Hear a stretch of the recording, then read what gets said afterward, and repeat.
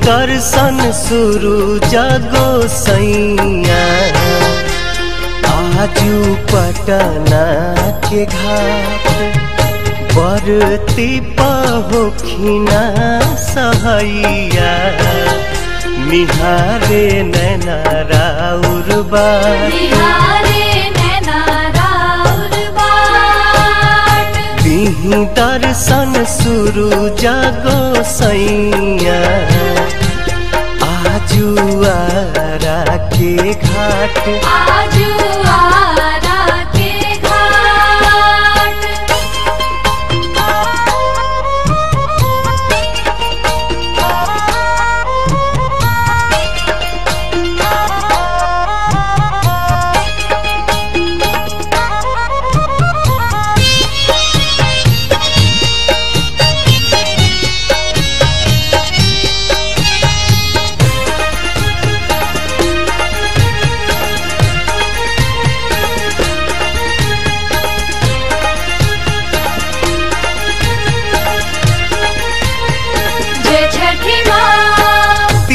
अर्घ देवे अली गंगा घटिया रौए तरस के बेकल बाटे अखिया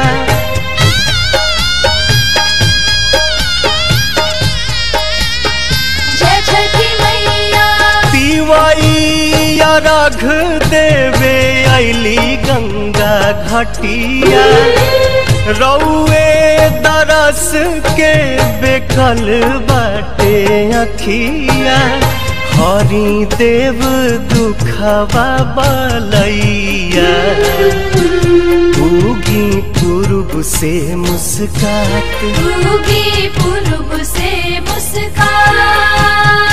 दिही दर्शन शुरू जगो सैया आजू देव मुंगा के घाट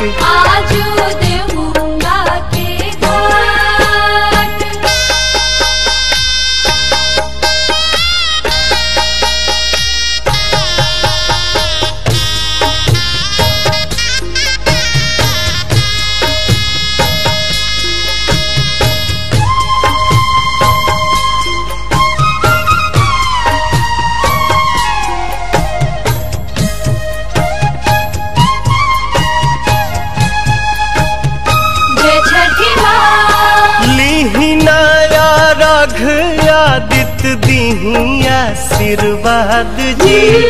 बरतिन के पूरा करी मन के मुराद जी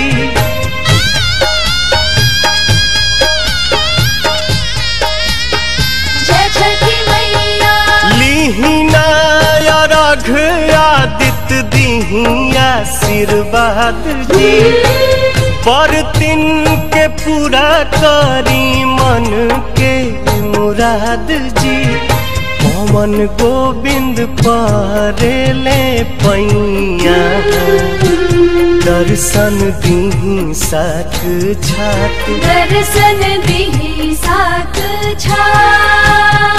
दीही दर्शन शुरू जगो सैया